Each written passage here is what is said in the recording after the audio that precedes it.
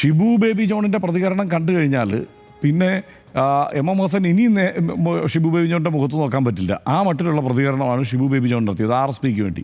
അദ്ദേഹം പറഞ്ഞെന്താ, ഇപ്പോൾ ഇതുവരെ ഒരുമിച്ച് പ്രവർത്തിച്ചത് കൊണ്ടും ഇനി അങ്ങോട്ട് ഒരുമിച്ച് പ്രവർത്തിക്കാൻ ഉദ്ദേശിക്കുന്നത് കൊണ്ടും ഞാൻ നാടൻ ഭാഷയിൽ മറുപടി തരുന്നില്ല എന്നാണ് ഈ തെരഞ്ഞെടുപ്പിൽ ഒരുമിച്ചൊപ്പം നേരിട്ട ഒരു രാഷ്ട്രീയ പാർട്ടിയുടെ നേതാവ് എം ഹസനോട് പറഞ്ഞത്. KPCCയുടെ മുൻ പ്രസിഡന്റ് അവിടെ ഹൈക്കമാൻഡിൻ്റെ അടുത്ത് പോയി അഭിപ്രായം പറഞ്ഞിട്ട് വന്ന ആളോട്.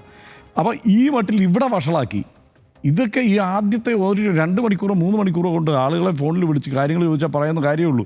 ഈ അഭിപ്രായമെല്ലാം പറഞ്ഞിട്ട് അത് ക്രോഡീകരിച്ച് ഒരു തീരുമാനം അങ്ങ് പ്രഖ്യാപിക്കാവുന്നതേ ഉള്ളൂ. ഇത് വെച്ചുകൊണ്ടിരുന്നു.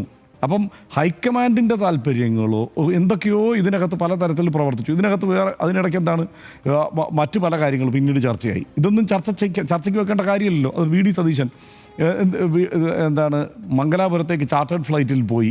ആ ചാർട്ടേഡ് ഫ്ലൈറ്റിൽ പോയത് എന്താണ്, അവിടെ അദാനിയുടെ ഡയറക്ടറെ കണ്ടു, അങ്ങനെ ഒരു മീറ്റിംഗ് നടത്തി. അത് പിന്നീട് അവിടെ ചർച്ച. അതിനെ പരിഹരിക്കാൻ വേണ്ടിയിട്ട് സതീശൻ ഇവിടുന്ന് തെളിവുമായിട്ട് അവിടേക്ക് ഹൈക്കമാൻഡിൻ്റെ മുന്നിൽ പോയി മറ്റെല്ലാവരും കാണുന്നതാണ്, ആ മട്ടിൽ ഞാനും കണ്ടതാണ് എന്ന മട്ടിൽ തെളിവ് സമർപ്പിക്കേണ്ട അവസ്ഥ. ഇങ്ങനെയൊക്കെ ഉണ്ടാക്കിയത് എന്തിനാണ്? ഇത് VD സതീശനെയാണ് തീരുമാനിക്കുന്നതെങ്കിൽ ഇനിയിപ്പോൾ പാർലമെൻ്ററി പാർട്ടി അല്ല പോട്ടെ, അതിനപ്പുറത്തും KC വേണുഗോപാലിനെ അല്ലാതെ തീരുമാനിക്കാനാണ് ആലോചന. അതായത് പാർലമെൻ്ററി പാർട്ടിയുടെ ഭൂരിപക്ഷത്തെയും മറികടന്നുകൊണ്ടൊരു തീരുമാനം എടുക്കാനാണെങ്കിലും ഇവർക്ക് 2 മണിക്കൂർ മതി.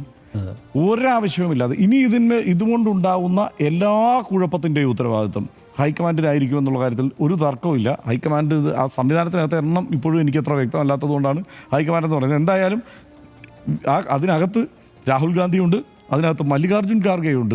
ഈ 2 പേരുടെയും പേര് അറിയാവുന്നത് കൊണ്ട് ഈ 2 പേരെന്തായാലും ഉണ്ടാകും. പിന്നെ ഈ എന്താണ് ഇതിൻ്റെ ജയറാം രമേശിനെ പോലെയുള്ളവർ അതിനകത്തുണ്ട് എന്ന് പറയപ്പെടുന്നു. അങ്ങനെയാണെങ്കിൽ അവരെല്ലാം അവർക്കും ആ ഉത്തരവാദിത്വം തുല്യ ഉത്തരവാദിത്വം ഉണ്ട്. അതിൽ ഉൾപ്പെടുന്ന ഒരാളാണ് KC വേണുഗോപാൽ. അതുകൊണ്ട് KC വേണുഗോപാലിന് പറയാൻ പറ്റില്ലല്ലോ എല്ലാ ദിവസവും പോയിട്ട് അല്ല എൻ്റെ പേരൊന്ന് പ്രഖ്യാപിക്കുക എന്ന് പറയാൻ പറ്റുമോ KC വേണുഗോപാലിന്? ഈ കാര്യങ്ങൾ അറിയാവുന്നത്. അപ്പോൾ ഈ കാര്യത്തിൽ വലിയ വീഴ്ച ഹൈക്കമാൻഡിൻ്റെ ഭാഗത്തു നിന്നുണ്ടായിട്ടുണ്ട് എന്നുള്ളതാണ്. മാത്രമല്ല ജനവികാരം എന്നത് ജനങ്ങൾ വോട്ട് ചെയ്ത് ബോധ്യപ്പെടുത്തുന്നതാണ് എന്നാണ് എനിക്ക് തോന്നുന്നത്. അങ്ങനെ അത് മാത്രമാണ് പരിഗണിക്കുന്നതെങ്കിൽ ജനവികാരം അറിഞ്ഞ് ഒരു തീരുമാനമെടുക്കണമെന്ന് ഇവരുടെ എല്ലാവരുടെയും അഭിപ്രായം ഇങ്ങനെ ചെല്ലുകയാണ്. ജനവികാരം അറിഞ്ഞ് തീരുമാനമെടുക്കുക. ഒരു ജനവികാരം അറിഞ്ഞതല്ലേ ഉള്ളൂ. ഇനി വേറെ ജനവികാരം അറിയാൻ വോട്ടെടുപ്പ് വല്ലതും നടത്തുന്നുണ്ടോ? അപ്പോൾ അറിഞ്ഞ ജനവികാരം വെച്ചൊരു തീരുമാനത്തിലേക്ക് എത്തുക എന്നുള്ളതാണ് എത്രയും പെട്ടെന്ന് ചെയ്യേണ്ടത്. ഇത് വളരെ പരിഹാസ്യമാണെന്ന് എനിക്ക് പറയാനുള്ളൂ.